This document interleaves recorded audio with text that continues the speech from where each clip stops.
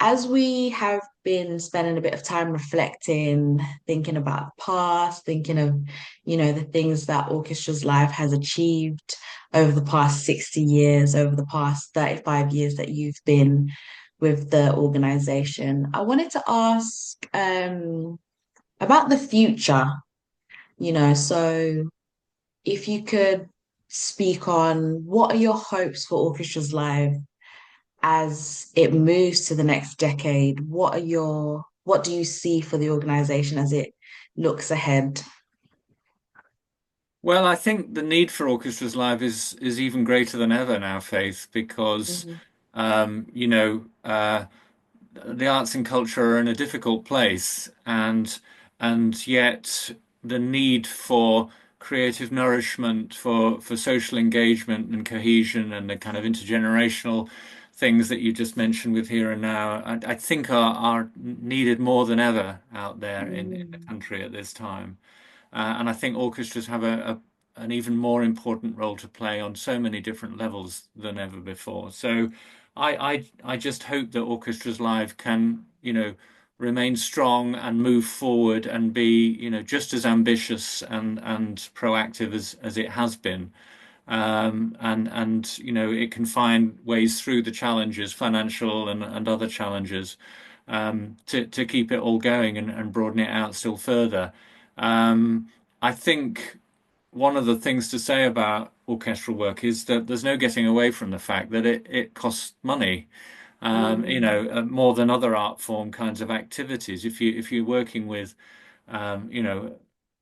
15 people, 20 people, 40 people, 80 people, it costs a lot to present that kind of work, and Mm. that's increasingly difficult to kind of find funding for in times of financial challenge. And yet that kind of experience, that magical, inspirational experience, should be part of people's lives.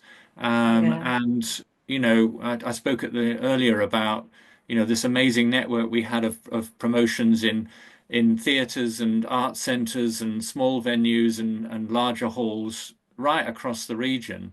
And one of the things that I really hope might be possible is that we can rebuild some of that somehow, so that there are more orchestral experiences happening for people to be able to access and engage with in their locality.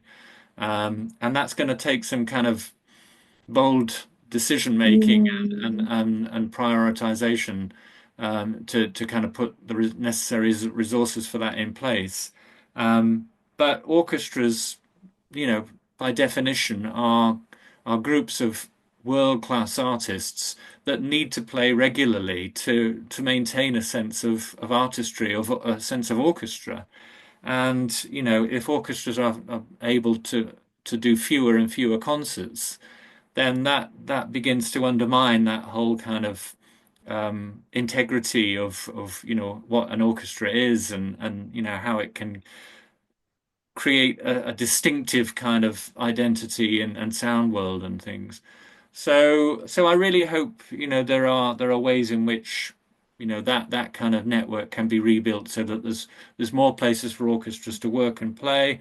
There's more opportunities for people out there to engage with the live orchestral experience alongside all the collaborative work that is so important, in engaging with the widest range of people.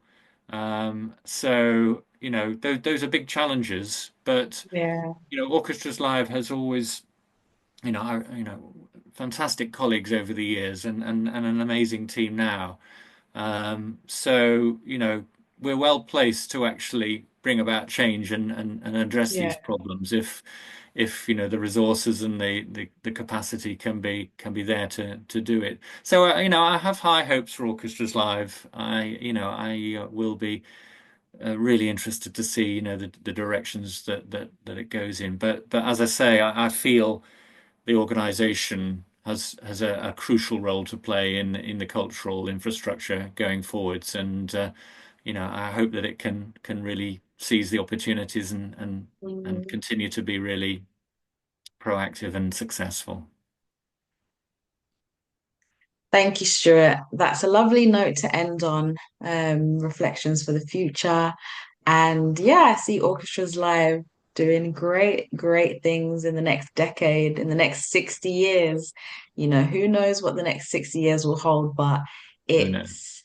it's been lovely to reflect on the past, to see how it's shaped us to where we are today, and also to now look forward to the future and think of, some challenges that might occur, but also how orchestras' lives can be that change maker and that driver of change in the sector. So thank you so much, Stuart. It's been lovely to speak to you on this episode of our tea break, and we look forward to the next one. Thanks, Faith.